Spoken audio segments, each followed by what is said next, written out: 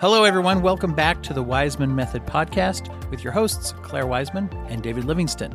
I'm Dwight Hurst, and I'm going to be posing the question today as usual. Today's question is, does trauma cause addiction?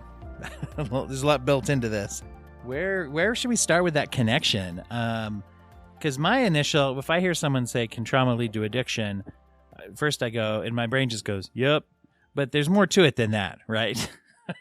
There's a lot more to it. Yeah. I've heard so many things about trauma and the relationship between trauma and addiction. And certainly trauma can lead to all kinds of problems and needs for coping mechanisms or adaptations that aren't necessarily good.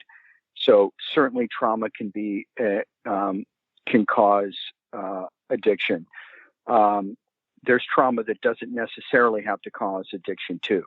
So it's not a given that that's going to happen. So you might say that when somebody is traumatized, that their sense of the world and their understanding and their narrative of things, regardless of their age, is to some degree shattered or thrown into some level of chaos in which the sense of how they thought things were going to be all of a sudden differs significantly from what's happened or is happening. Mm-hmm. And that is what trauma is at some level. Oh, I have heard people describe trauma as assumptive violations. That's a term I've heard thrown around by clinicians sometimes. Your assumptions deep in your guts get violated. Oh, that's a much shorter way of saying it. That's right. That's good. Right. And so when that happens, right? So there's a disorganization that happens inside people. And their narrative of the world and their vision of life and themselves is some way has to adapt. And then there's effects on the nervous system. The brain can be altered. And there's, I think, many effects, which is why trauma has sort of many different elements to it that are difficult. So often people to deal with that, early on, later on, and sometimes even if there's traumas, it's only when people are needing to manage developmental tasks that the trauma actually starts to really come into play, because they have to handle more tension, more frustration, they have to handle more anxiety in order to improve and develop themselves. And the trauma really sort of comes to play sometimes at that time, not necessarily. So trauma certainly can be, connected with it. People cope with traumas in all kinds of ways, and often it doesn't lead to addiction too. No, I think I agree with David 100%. I think trauma does not have necessarily lead to addiction. When it is effectively treated, people can learn to cope with it, to manage it, to restore. I think the best way for treating any kind of trauma is therapy. And I think therapy will teach you not just to deal with that episode that has, really changed your whole structure, thought structure, but also teach you how to learn how to deal with any other adverse feelings, negative feelings. So yeah, I think there's no cure per se, because there is no reversal button. You can't erase what happened, but you can learn to feel how it affects your life differently.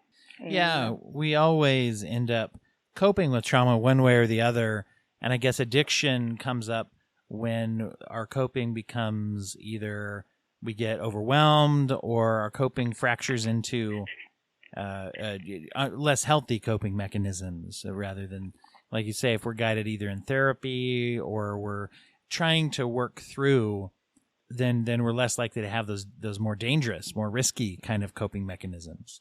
Yeah, I think if you're overload with negative emotional response, it is just natural that you're going to look for some way to, have a break from it.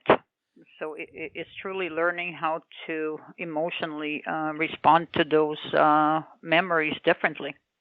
And I guess there are some of us that are more likely to lean towards intoxication or escape in that way, and there's some of us that maybe lean towards other outlets for that, even if we're being unhealthy, right? Isn't that what they say, that there are the sort of biological or genetic predisposition to be resilient to addiction or to be at greater risk, and then you've got the life circumstances on top of that interact with that.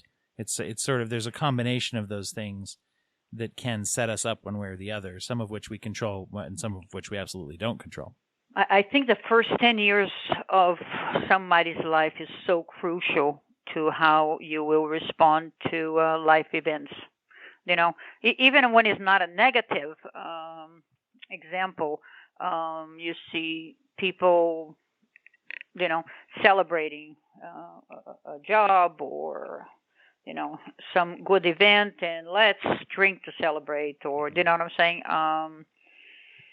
Yeah. At the same hand, when they have, bad things happening in their lives, they drink not to feel it. So I think the first 10 years of a child's emotional development, they truly learn from what they see, from what they experience. And I think that carries a tremendous weight down the road. Yeah.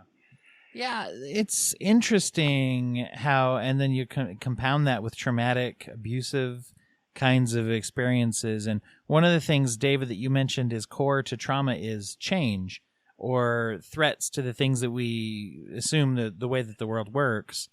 And I know we've done some talks before in some of our episodes about the complicated nature of emotions, how sometimes even a good change can be jarring, but then certainly a tragic change can be jarring in the real traumatic way, right? Right. So I feel like there's an overemphasis on, maybe that's too strong, so there's two things, when people are dealing with something, they'll tell you. You don't have to go looking for it. It will be right there. But what I see a lot, and, with people who are dealing with addiction, is that they struggle to have a cohesive narrative of their life moving forward. So one of the things I've tried to do is help them really think about, what it is they want for themselves. And I'll tell you, it's far and away the most difficult question, and I think evokes a lot of anxiety. It's first of all, it's a really hard question for anybody. It's maybe as far as I can see, one of the things that we don't do well in our culture. We spend years in school and everything, but there's very little time in figuring out and really understanding, like, who am I? What am I good at? How do I want to make a living? What do I want to do? What kind of life do I want? And so people don't really have a narrative. They kind of take their narrative from what they see around them, and more than we even know. So it's, one of the things that happens when you grow up, when you get older, is you get to kind of have your experiences, and then you get to begin to understand, what is it and who am I? What do I really want? What's right for me? And I think that a lot of working through trauma and working through addiction is having a different, addiction is a tenacity. It's a tenacity of needs that are driving thoughts and feelings. So if that tenacity is spread out into a life, then like cures like, right? So you get to move all of that drive into a life that's meaningful and that's right for you. So rather than trying to sort of reorder something, it's far better to move that same, a lot of people who struggle with addiction are very motivated. They're just not motivated in good ways. That's interesting. I've noticed that as well, because in order to maintain any kind of drug use, especially if it's illicit or whatever, you have to be able to fund it, you have to be able to supply it, you have to be able to evade detection, if not from authorities, then usually from family. And people get pretty clever about that, you know? Yeah, so there is definite motivation there. Right. It's just it gets hooked into the wrong direction, as you put it. It's an interesting point. I think about that with the concept of the cohesive narrative too, because one thing that trauma can affect that narrative, because if our experience includes abuse or it includes severe tragedy, a lot of times that shifts our narrative. It shifts our perception of our narrative. And if I'm abused a lot during that early childhood that Claire, you were talking about, if I face a lot of abuse, I may learn some things from a very young age that aren't very healthy beliefs to have about myself. And so my narrative is thrown off, but that was my original narrative, and that can make it very hard. I think also it can, especially early on in life, it can really disrupt the normal course of emotional development. And I think in our field of work we see that quite a bit. 23, 28-year-old kids that really have emotionally, they have not grown as they should have. What make their decisions in life, questionable. They have not developed the grown-up responsibility, feelings, and response, to, let's say, emotional injury as one should in adulthood. Right. So the most severe type of trauma in terms of the way that it affects the brain and so forth is neglect, more so than any other type. So that we're, in order to become independent, developed human beings, it comes through healthy dependency. It comes through good experiences, like you were saying, Claire, early on in life, primarily, and then it needs to, hopefully persist throughout our lives. But it's critical early on.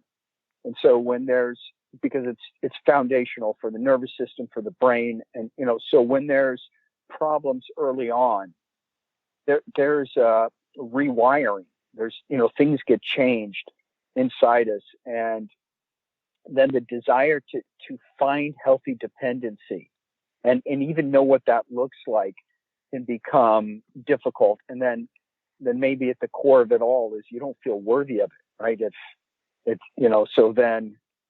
so it gets trauma, I think, has to do with all the things we're talking about.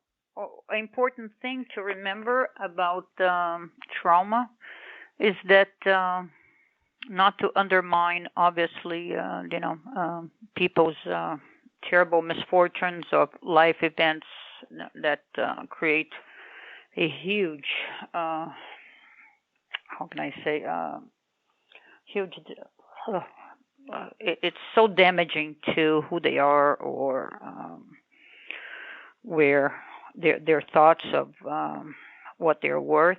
But I think we all encounter in our life some kind of trauma, some kind of traumatic event. It could be something that is sudden, something that is unpredictable, something from a car accident to, right now a lot of people feel that COVID has, traumatized them. They're just scared and anxious. So I think when people think about somebody that has gone through trauma, they don't have to put that person in that category of, forever a misfit. Do you understand what I'm saying? Instead of seeing them as powerful, as able to fight, as able to survive and grow, they see themselves as lesser than. So I just wanted to put this out there, that trauma doesn't represent that you have been harmed to a point of no return. And this is a similarity with how we always talk about addiction, right? It's trauma is a medical problem as far as it is something that has treatment, and just like addiction. And I think that's a great point to say, am I defined by my trauma? Because there's the incidents that happened to me, and then there's the trauma, which is really more the psychological effect that it had, and the fact that sometimes I think we conflate those and think just because I can never change the incident, I can never change the trauma. And it's like, actually, the trauma can change significantly as far as how it's affecting us. And the incident just becomes part of our own story, part of our own life. That's it. That it's a treatment for it. And that addiction is a coping mechanism. That's all it is for this stuff until there's a better way of managing it. And, when it's related to addiction, and it's got to be seen that way. And instead of people being seen it as, and so we have to look at the cause, and because we don't even know people or what the causes are, we have to understand when people are coping, they're wounded. And that doesn't mean they're not capable in a whole host of ways, but they've got a wound that may not be being dealt with in the best way, or, of some sort. And sometimes it's not even, sometimes it's profound, and sometimes it's not. Sometimes it's more situational. Thank you, Claire. Thank you, David. We're going to call it good on that question for today and move forward. Next episode, we're going to be looking a little bit more at the relationship that choice plays with addiction, or frankly, is addiction a choice? The questions that we ask are questions that we've encountered through our years of working with addiction and dependence, and we would love to get your feedback also into what kind of questions you have. Reach out to us at info@opiates.com through email. Hit us up at Opiates on Twitter, or check out the website at www.opiates.com for the Waismann Method Advanced Treatment for Opioid Dependence. The music for this and all of our episodes is the song Medical by Clean Mind Sounds, and the show itself is produced by Popped Collar Productions, which you can learn more about at www.poppedcollar.net. Thanks again for being here. Remember, very, very important to always be questioning. If you can find questions, you can find answers. And if you can find answers, you can find hope. Thanks again for joining us. We'll see you next time here on the Waismann Method Podcast.